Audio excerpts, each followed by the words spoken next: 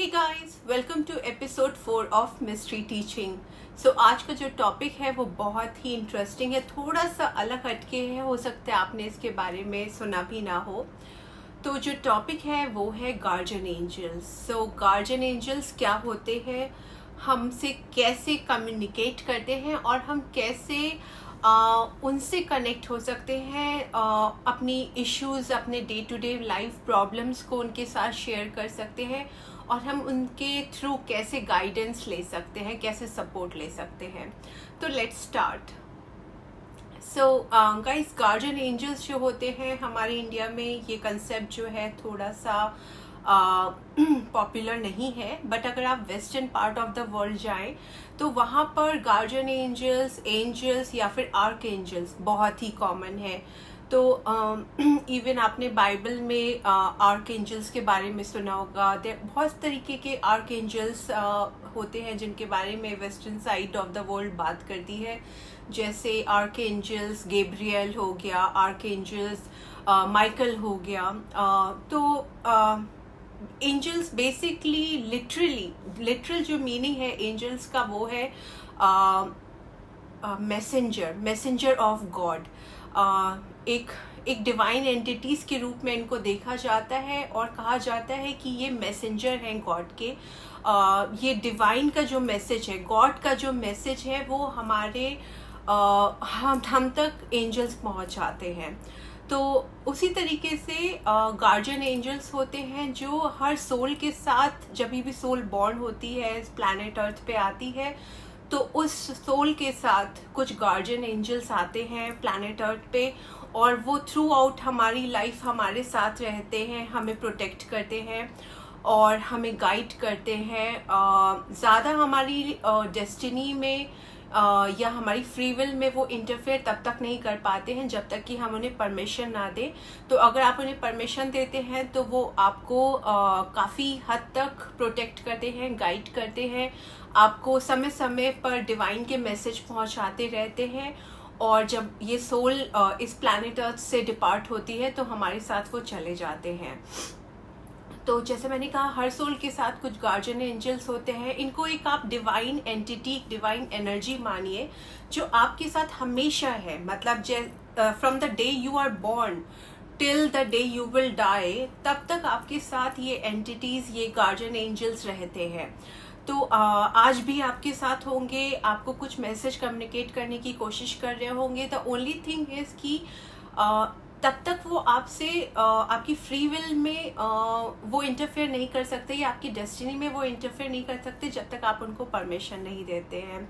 तो बहुत ज़रूरी है उनसे कनेक्ट होना, उनको परमिशन देना, उनको अपनी प्रॉब्लम बताना, so that they can guide you, they can help you. तो ऐसा माना जाता है कि गार्जियन एंजल्स होते हैं और हमारे साथ हमेशा रहते हैं।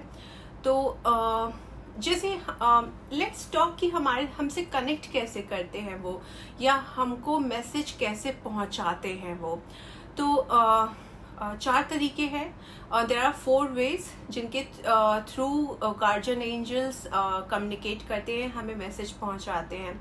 तो पहला है हमारी फीलिंग, या गट फीलिंग, या इंट्यूशन के ज़रिए हमें हमसे वो हमको मैसेज डिलीवर करते हैं और हमको गॉड का, डिवाइन का जो एक मैसेज है वो पहुंचाते हैं।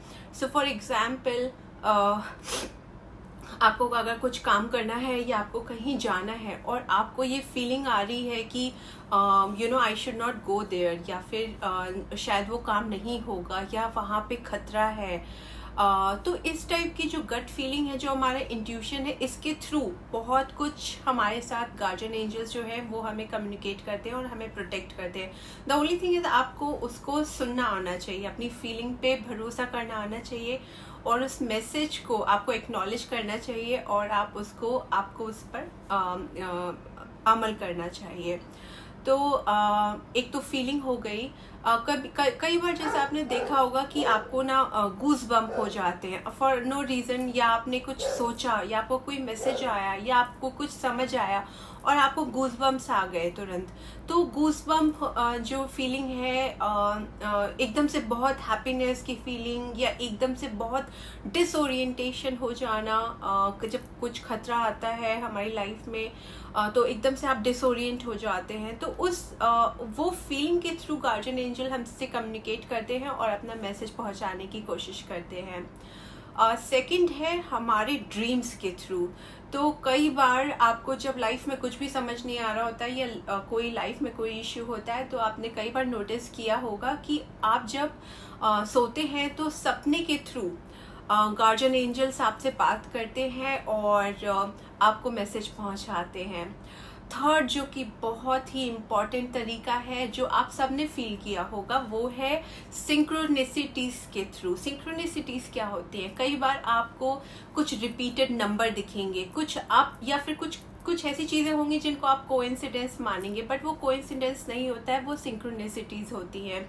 फॉर एग्जाम्पल बहुत सारे लोग आते हैं, वो कहते हैं कि मुझे 11-11 दिखाई दे रहा है, तो 11-11, 4-4 दिखना, रिपीटेड नंबर्स दिखना, एंजल नंबर्स भी हम इनको कहते हैं। 1133 दिखना, 1122 दिखना, 737 दिखना, 666 दिखना, 333 दिखना। इन सब का क्या मतलब है? तो इन सब का मतलब यही है कि आपके गार्जियन एंजल्स आपके अराउंड हैं और आपको कुछ मैसेज देना चाह रहे हैं।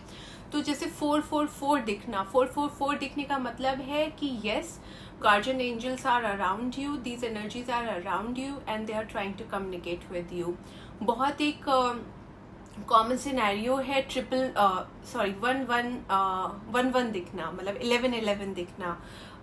तो 11-11 का मतलब है कि पे अटेंशन टू योर थॉट्स।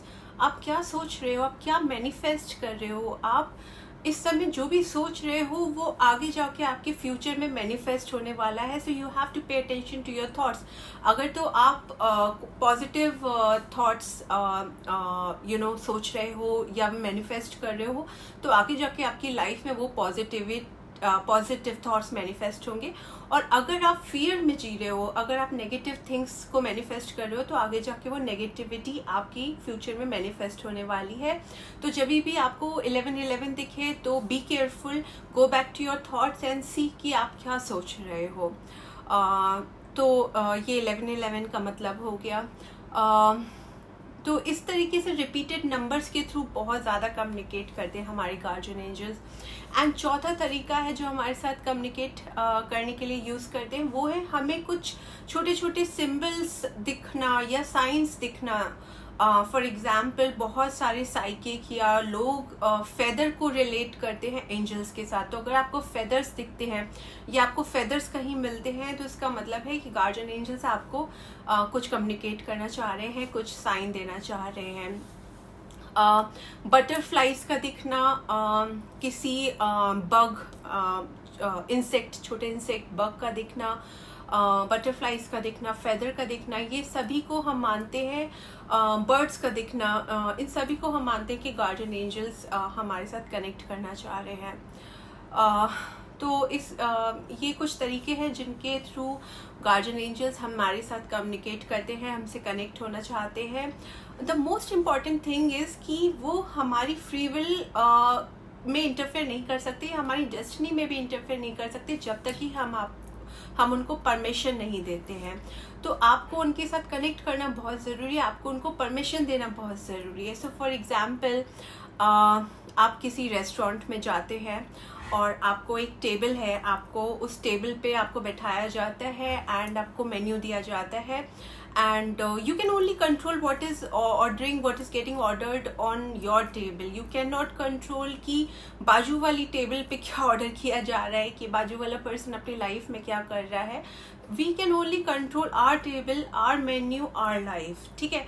तो आप समझिए कि एक वर्ल्ड है जिस पे आपको एक टेबल दी गई है, एक रेस्टोरेंट है जिस पे आपको एक टेबल दी गई है और वहाँ पे आपको ऑर्डर करना है अपनी लाइफ में। आप क्या ऑर्डर कर रहे हो, और आप वेटर को क्या इंस्ट्रक्शंस दे रहे हो, आप कैसे उससे कम्युनिकेट कर रहे हो, वो आपको डिपेंड करता है कि आपको क्या ऑर्डर मेन्यू में सर्व किया जाएगा. तो आप just like you order anything in the restaurant, आप देखिए, अपनी लाइफ को रिव्यू करिए, आप अपनी प्रॉब्लम्स, अगर कोई आप प्रॉब्लम फेस कर रहे हो एट द मोमेंट लाइफ में, तो उसको अच्छे से रिव्यू करिए कि what is happening in your life और आपको कहाँ पे ज़रूरत है गार्जियन एंजल्स के सपोर्ट की. फॉर एग्जांपल, कोई आप क्रॉस रोड पे हो या आपको कोई लाइफ में एक इश्यू है जिसका आपको समझ नहीं आ रहा है कि किस तरीके से एक्शन लेना चाहिए या आपको किस रास्ते जाना चाहिए, तो आप उसको अच्छे से रिव्यू करो. और अपने आप बेस्ट तरीका है कि आप सोने से पहले अपने गार्जियन एंजल से टेलीपैथी के थ्रू कम्युनिकेट करो, कनेक्ट हो और उनको सब कुछ बता दो कि guardian angels, I know you are around me and you can help me.